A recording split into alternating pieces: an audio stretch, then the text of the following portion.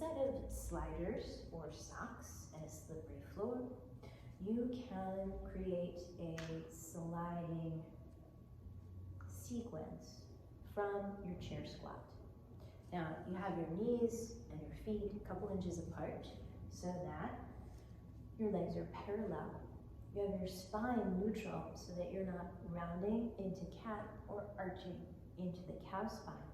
You can support your thighs and hands like so, or let the arms be free. Once you have the ability to slide your right foot on a slider or on a sock, slide it forward, but notice my first action, I'm keeping the left leg very stable. Maybe I'm touching the wall for stability. And I'm keeping the thighs parallel. I'm not taking this right thigh out further than the left. Slide it back in.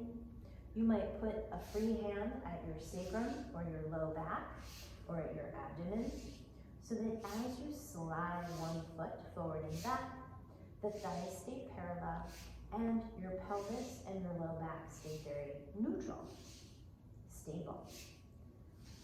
Once that feels comfortable, slide back. Again, notice I'm not moving my left leg very much. I'm stabilizing left heel to left hip to abdomen and low back.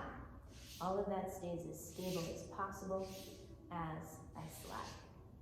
And finally, I'll show you from this direction, you might slide out laterally. Again, everything else stays very stable and still, especially as you're learning or just coming back to these sliding moves. Now, one other option here, especially if you do a lot of lateral sports like golf or tennis, is to slide this leg out. Keep this left leg very stable and twist your rib cage a little to the left. Notice I'm not allowing this left knee to shift or push forward or back.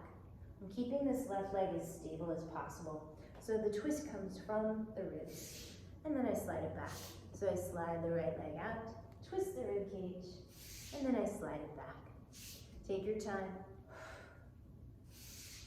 This movement can be small at first. And when you're done, try the other side.